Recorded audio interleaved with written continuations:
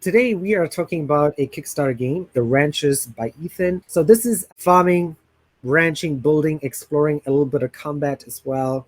This is sort of in the vein of Animal Farm. I want to say Animal Farm. Animal Crossing. It's in my time at Sandrock, my time at Portia. These sort of games. It's very similar to Dragon Quest Builders as well, with the sort of building, farming, fighting mechanic.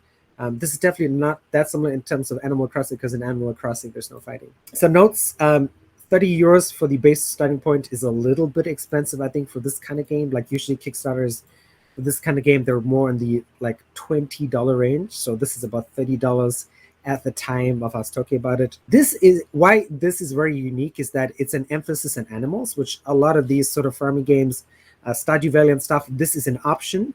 That most people don't tend to go for animals though. So this might be something like if you're interested in raising cows and chickens and that sort of stuff, this might be it. And if you go down and you look at the Kickstarter page, some of the art is really, really cool.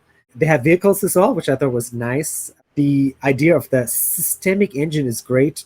Decent amount of customization options. The housing building is probably the most expansive out of any game I have played or kickstarted in the last 1 year.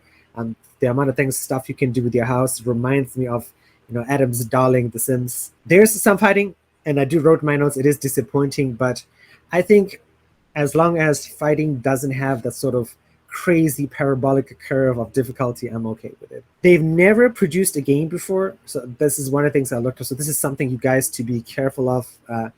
As I've said it before, just because a game receives its funding doesn't mean it's guaranteed to be successful and you get a game.